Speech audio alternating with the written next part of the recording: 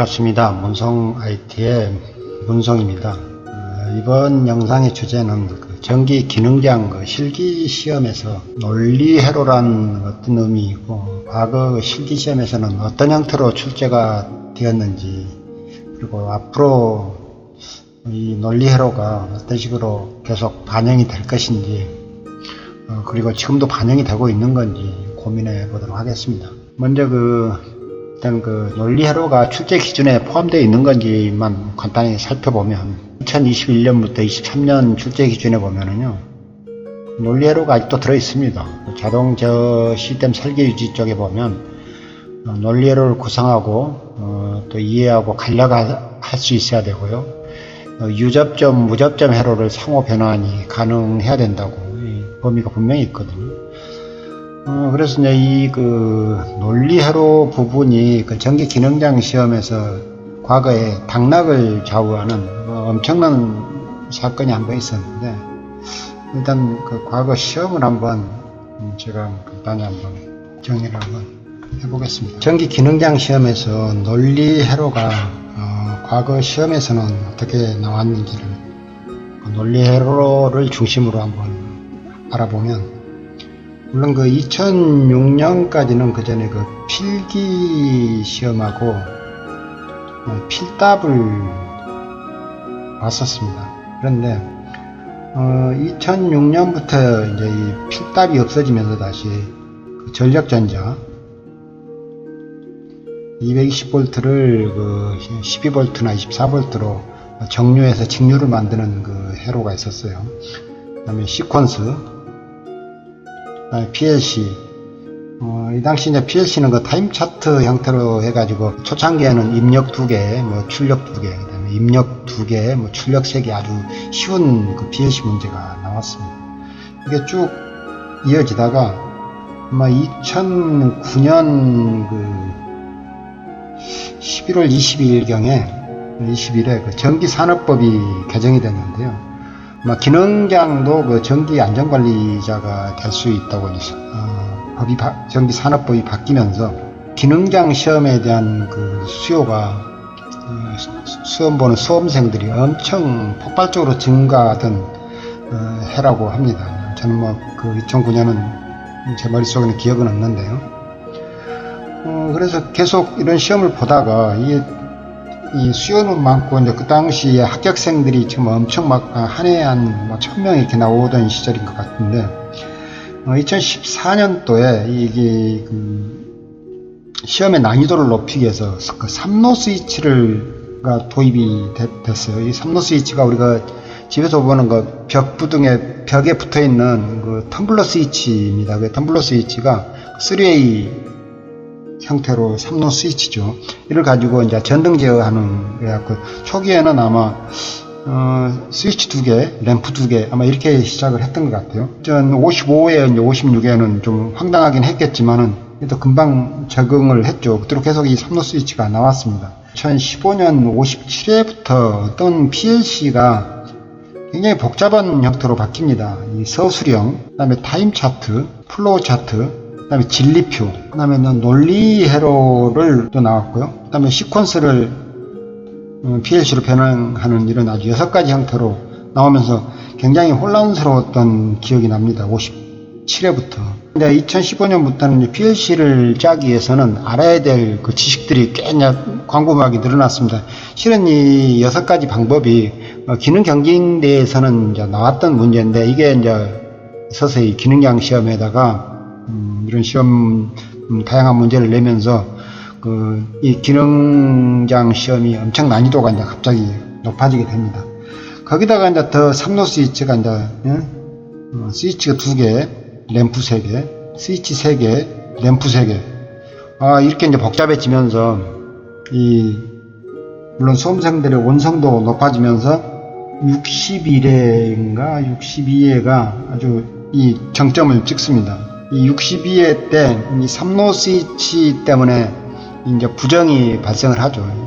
누군가가 사진을 찍어가지고 외부로 이제 전송하려고 하는 그런 시도를 하다가 이제 발각이 된 건데요. 그만큼 이 3로 스위치 때문에 스트레스를 받는 수험생들이 많았다는 얘기하고도 같아요.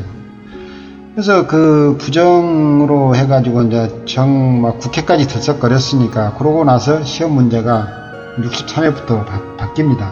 이 전력전자가 없어지고요. 전력전자 없어지고 삼로 스위치 없어지고요. 다시 필답이 들어옵니다. 필답이. 63회 이제부터 또 이제 수험생들은 이 필답 때문에 대혼란을 겪죠. 전력전자나 삼로가 없어지면서 상당히 그 불합리한 부분이 없어지긴 했는데, 이 전기 기능장도 이 이론에 대한 부분을 강화해야겠다 해가지고 이제 필답이 들어왔던 거고요. 그래가지고 이제 65회, 66, 67, 68회까지 왔는데, 65회 같은 경우는 첫 해가 플로우 차트가 나왔죠. 65회가. 그 다음에 66회가 타임 차트가 나왔습니다. 다시 67회가 타임 차트. 작년 여기 2020년 68회가 타임 차트가 나왔는데, 여기에 이제 주목할 게 또 여기 타임 차트 안에 보면은 여기에 논리회로가 들어있습니다. 논리회로가. 그러니까 램프가 5개인데 2개는 앞에 어떤 그 동작 흐름에 따라서 제어를 하지만 이 램프 2개의 결과를 가지고 램프 나머지 3개가 점등을 하는 이 부분이 논리회로의 문제거든요. 결국 그래서 전체를 보면은 이 삼로 스위치가 나오면서 논리회로가 삼로 스위치로도 나왔고, 그 다음에 각종 그 진리표나 논리회로 형태의 유접점을 무접점으로 바꾸는 이런 논리회로도 나왔고, 기능장 시험 보시는 분들이 이 삼로 스위치의 경기를 일으키면서 이 논리회로 소리만 들어도 깜짝깜짝 놀라는 그런 상황이었습니다. 그런데 결국은 이 논리회로가 어떤 형태로든지 다시 우리 시험에 나올 수가 있다는 거죠.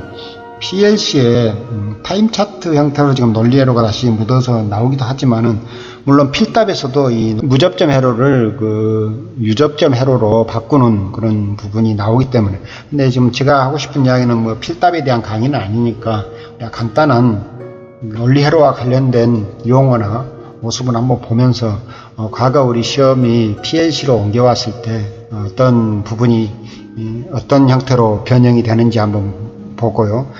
그 다음에 이 논리회로 부분을 보면은 그 간략화라는 게 있잖아요.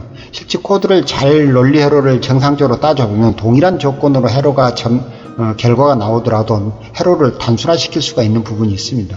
이런 부분도 코딩에 적용하게 되면 코딩이 굉장히 심플해지거든요. 그래서 그런 코딩 팁도 논리회로를 설명하면서 같이 설명하도록 하겠습니다. 우리가 기본적으로 논리회로 하면은 제일 첫 번째가 이제 엔드 회로죠. 엔드 회로는 정기적인 신호는 이렇게 스위치가 2개가 직렬로 연결이 된 회로를 말하고요. 이 램프가 켜지려면은 스위치 2개가 동시에 눌러져야 되는 경우고, 무접점 회로는 뭐 이런 형태로도 표현이 되고 이런 그 논리 심볼로도 표현이 되는데, 이런 무접점 회로를 유접점 회로로, 그러니까 무접점이라는 것은 실제는 전기적인 흐름을 표시한 거고요. 전자적이나 전기적으로. 그 다음에 유접점 회로라는 것은 이게 실제 스위치를 달아서 릴레이나 스위치가 물리적으로 이 접점이 있는 상태로 이 회로를 변형한 것을 유접점 회로라고 합니다. 그래서 이 전자를 했던 분들은 이 무접점 회로 부분이 상당히 먼저 와닿고요. 우리 이제 전기를 했던 부분은 우리 레더 다이어그램이 눈에 있기 때문에 이 유접점 회로가 상당히 눈에 익죠.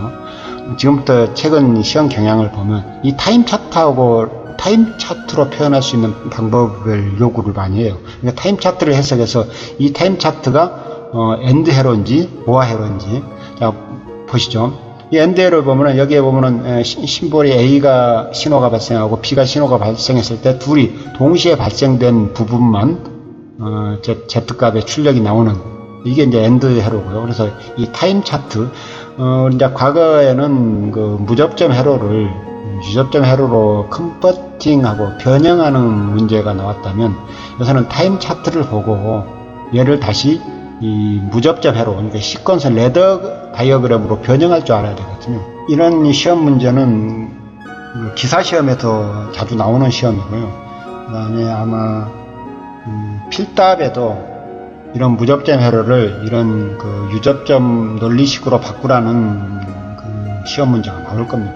무접점을 유접점으로 바꾸고요. 타임 차트로까지 바꾸는 연습이 돼 있다면, 최근에 나왔던 2020년에 67회, 68회 문제는 그러니까 오히려 램프가 5개 나왔지만 램프 2개는 그냥 뭐 간단히 램프 2개만 신경을 쓰면 나머지 램프 3개는 그 2개의 출력값에 따라서 결과치를 만들어줬기 때문에 어떤 형태인지 논리 회로를 타임 차트로 바꿀 줄 아는 이런 연습이 필요했다고 보는 거고요. 물론 앞으로 이런 시험이 계속 나올지는 그건 모르겠어요. 그러나 어찌됐든 간에 결론적으로 2020년까지는 논리 회로가 우리 타임 차트 형태로 해서 PLC에 녹아 있었다 하는 부분입니다. 논리 회로는 아직도 시험에 살아있다. 이 부분을 좀 더 와닿기 위해서 이 유접점 회로만 바꿔놓으면 이 접점 회로만 이걸 PLC로 옮기는 것은 쉽잖아요. 그죠? 결국 이게 PLC 흐름으로 그냥 1대1로 바꾸면 되는 이 회로를 무접점을 유접점으로 바꾸는 이 과정이 좀 연습을 해야 될 부분이지. 그래서 이제 회로가 이해가 되면 당연히 타임 차트는 그릴 줄 알게 되는 거고요. 그래서 결국은 키는 아마 지금 무접점 회로가 언제든지 시험에 출제가 될 수 있는 확률이 저는 있다고 봅니다. 지금 여러분이 보고 있는 이 논리 회로가요, 59의 4회차. 전체가 지금 엔드 회로이기 때문에 이 복잡하게 보이긴 하지만 굉장히 심플한 회로입니다. 보면은 셀렉트 스위치가 3개가 있고 램프가 L4까지 1개, 2개, 4개가 있던 이런 시험이었는데, 셀렉트 스위치니까 뭐 이건 당연히 뭐 자기유지라는 개념이 없죠. 한쪽으로 ON을 시키면은 HL1이 점등이 되고, 여기에 점등이 되는 그 순간까지 T1이 비접점일 때까지 H1이 점등이 되는, 비접점이 되는 엔드니까 비접점일 때까지만 여기서 이제 타이머가 하나 발생하겠죠. 그래서 이런 시험이었는데, 여러분도 나중에 혹시 이런 시험이 나온다면 그 형광펜으로 같은 속성에 있는 선들을 같은 색으로 칠해 놓으면은 훨씬 회로가 읽기 쉬워집니다. 분홍색의 계통이 실제 이제 L1이나 L2, L3로 들어가는 주 회로의 흐름이고요. 그 회로가 분기되는 것을 보면 셀렉트 스위치 1이 SP1이 입력이 되고, 우리가 그 엔드 조건으로 들어와야 되는 이 조건들이 보면은 각 HL2, HL3의 비접점들이 들어오거든요. 자기 자신을 제외한 비접점, 그죠? 보면 여기 보면 제가 M11이라고 이제 내부 가상의 접점을 만들어 놓은 이 접점이 들어오는 위치를 보면 HL2의 비접점이 들어오고 있고요. HL3의 비접점이 이렇게 해서 이렇게 들어오고 있잖아요. 그래서 얘를 논리식으로 바꾸면은, 물론 여기를 M1, M2, M3 이렇게 바꿔놓고 작업을 하게 되면 결국은 M1과 M11 간의 직렬회로잖아요. 직렬회로. 이렇게 바꿀 수가 있습니다. 그래서 M11 부분을 풀면은 셀렉트 스위치 1의 입력과 엔드 조건으로 얘를 타이머 T1이라고 T2, T3라고 한다면 T1의 비접점, 여기 앞에 있는 이 점이 비접점이죠. 비접점의 엔드 회로고, 그 다음에 M11을 묶어놓고 보면 M11을 M1을 다시 입력으로 바꿔요. 엔드 조건으로. 그 다음에 HL2의 비접점을 받았고, HL3의 비접점을 받아서 엔드로 묶어. 그래서 이 전체를 PLC 프로그램으로 놓으면은 이렇게 풀어놓을 수도 있습니다. 여기에 보면은 HL4에 대한 이야기인데, HL4가 각 그 HL1, 2, 3의 병렬로 들어와서 여기에 NOT 게이트가 붙었잖아요. 그러면은 이런 의미잖아요. HL1, 2, 3를 병렬로 해서 전체를 NOT 게이트는 이걸 드모르강 법칙으로 이게 풀면은 HL1바 5화는 엔드로 바뀌죠. 엔드로. HL2바 엔드, HL3바 이것하고 같은 거거든요. 그래서 제가 여기는 이렇게 표시를 했는데, 제가 이제 그 팁을 하나 알려드리자면, 원래 이 부분을 이렇게 표현할 수도 있지만은, 비실행면으로 만들면 있지만은, 원래 제 의미는 이런 거였죠.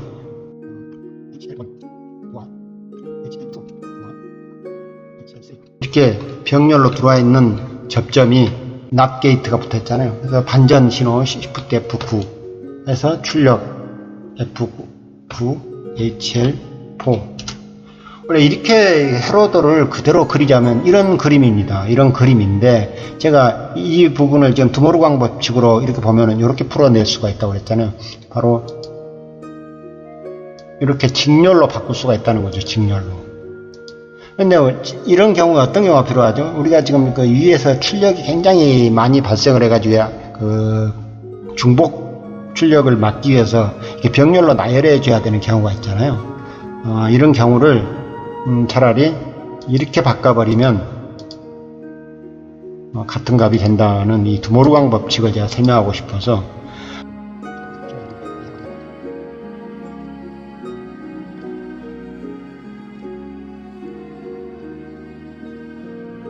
하나도 켜지지 않는 경우에 이런 경우죠. 이 경우인데 지금 비실행물로 이게 작동하죠. 하나도 켜지지 않는 경우에는 HL4가 켜지는 거고요.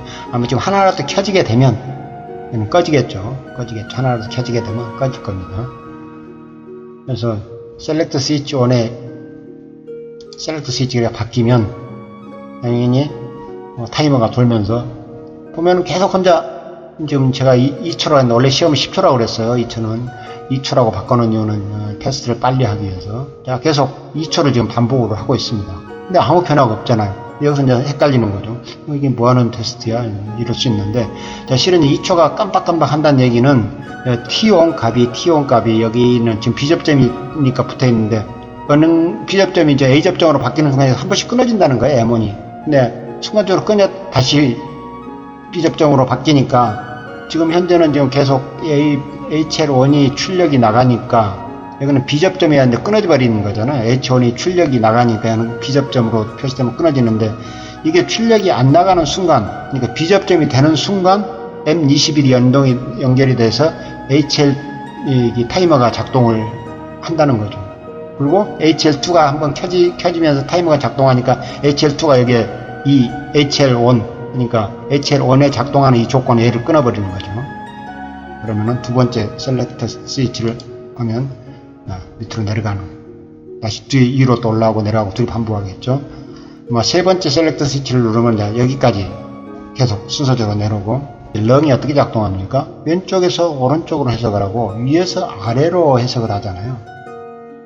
그래서 그 해석하는 순서가 분명히 이 시퀀스는 레더 다이어그램은 상당히 시퀀스적이라고 했잖아요. 시퀀스적으로 순서를 가지고 타기 때문에 이 코딩하는 순서가 바뀌면 HL1, 2, 3에 점등되는 순서가 바뀌기 때문에 당연히 점등되는 위치가 바뀔 겁니다.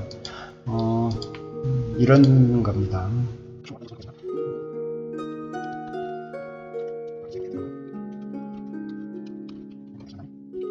HL3가 맨 먼저 코딩이 됐고요. HL3가 코딩이 됐고 HL2, HL1 순서를 바꿔놨습니다. 다시 컴파일, 컨트롤 W 컴파일 하겠습니다.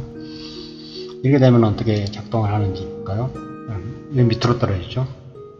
2로 올라가고 2로 가고 밑으로 가고 순서가 바뀌었죠. 당연히 바뀌는 겁니다. 자, 그러면 이것을 거꾸로 같은 방향으로 오게 하려면은, 왜냐면은 지금 우리 셀렉트 스위치 순서를 바꿔놨으면은 입력하는 순서도 바꿔야 돼요. 어떻게 바꾼다고요? 얘가 먼저 맨 위로 올라갔잖아요. 이게 SP3가 맨 위에 있잖아요. 여기 SP2, SP1. 그러니까 얘를 먼저 입력하는 겁니다.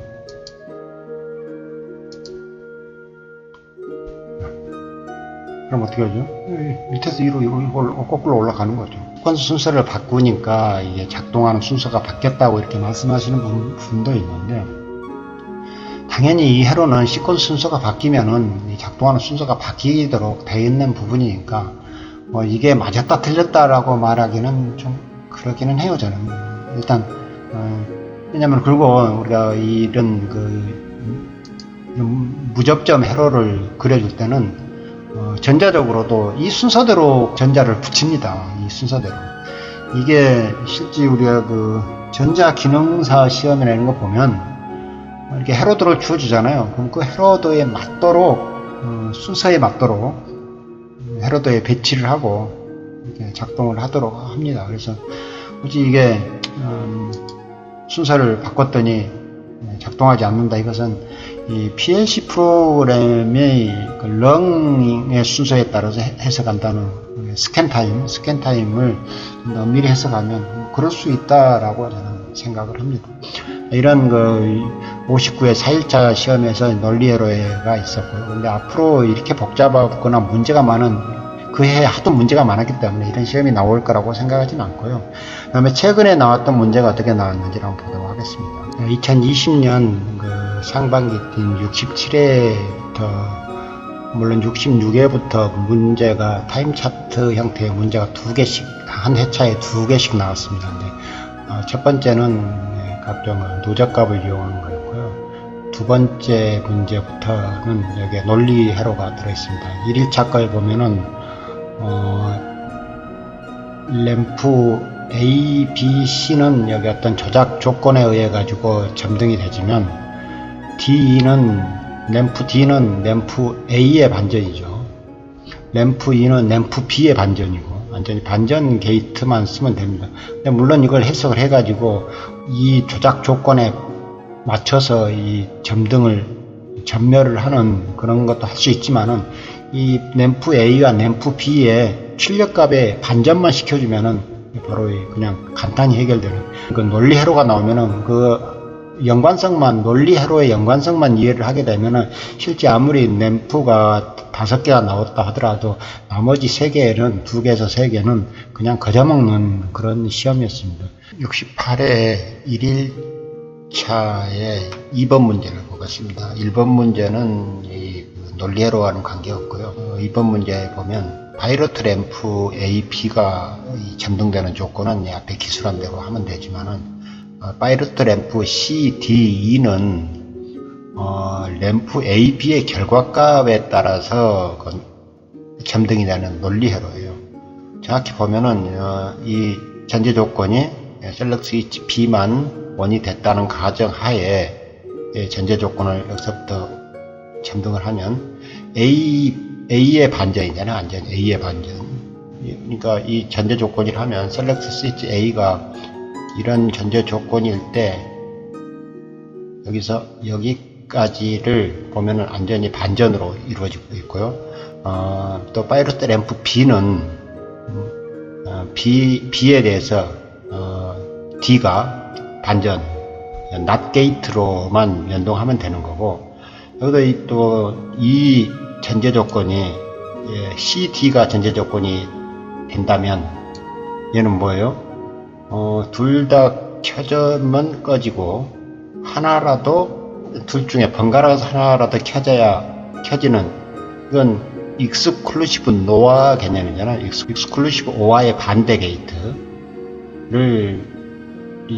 코딩 해주면은 이런 답이 나옵니다. 그래서 68회 1일차 두 번째 문제는 낫 게이트가 2개가 발생했고요. 그 다음에 익스클루시브 오아의 낫 게이트 이런 형태로 논리회로가 반영이 되어 있습니다. 68회 2일차의 두 번째 문제는 논리회로는 아예 반영하지 않고 카운터 값만 가지고 어느 램프가 켜질 건가, 정말 굉장히 거저먹기 시험이었어요. 거저먹기 시험이었고, 다시 이제 3일차의 두 번째 문제 AB 램프가 있고요. 그 다음에 C 램프, D 램프는 A 램프의 반전, 물론 전제 조건이 이 셀렉트 스위치가 켜져 있다는 조건이 하나 추가되지만은 A 램프 출력의 반전, B 램프 출력의 반전이 이제 램프 D가 되겠습니다.